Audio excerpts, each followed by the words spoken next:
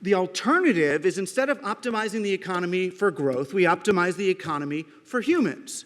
Right? And this is really hard to think about, because it forces you to challenge some of your underlying assumptions about what an economy is for. So people that are on our side say, oh, well, we got to figure out how to create more jobs, Obama's always on that. Jobs, jobs, jobs. Jobs is good. Jobs is good. And even in our labor thing, we're talking about jobs. Wait a minute. Let's just pretend we're on acid for a minute and say, who really wants a job? Right? The job is an artifact of a Renaissance-era scheme to prevent us from creating and exchanging value ourselves. So no, we don't need to optimize for jobs. And really, we have, certainly in America, we have more than enough stuff. Right? We burn food every single week in order to keep market prices high. Bank of America is tearing down homes in California that are in foreclosure.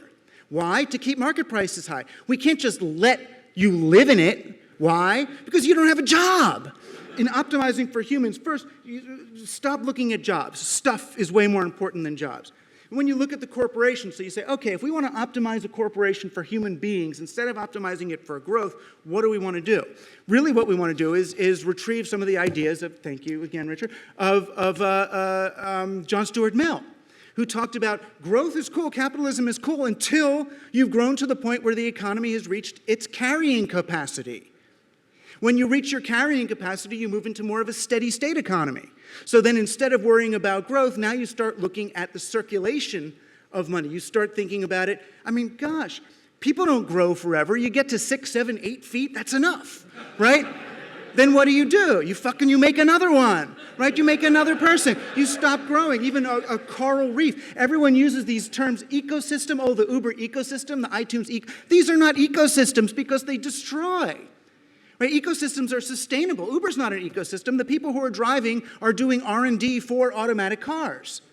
That's what they're doing. They're doing the R&D for the technology that will replace them. And because they don't have a platform cooperative, they're not going to be included in that. Well, shoot, if they were shareholders, if the drivers even own 10, 20% of that company, then it doesn't matter. Then when the company succeeds after them, they're still participating in the value they created.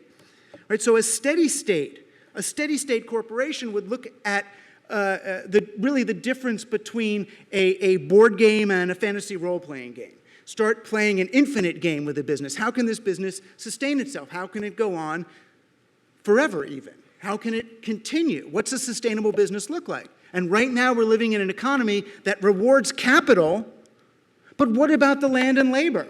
What about the neighborhoods where Airbnb is operating? What about the people who are driving the Uber cars? Right, the opportunity we have in a renaissance of this proportion is to retrieve land and labor, right, and to put them right alongside capital as partners in an economy, which is what they are. It's really not fair for the people who are putting the money in to reap all the value, because money is not the only energy that is not the only factor of production that we're seeing in our economy. In the real world, human beings have the home field advantage. We actually do.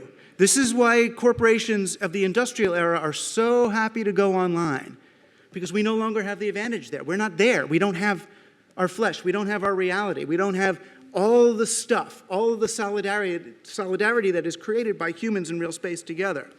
So I believe that our opportunity as humans who want to redirect the economy towards human ends rather than the needs of abstracted capital that's serving nobody, is to reboot the economy itself for distributed prosperity. And we can do that one person, one business at a time.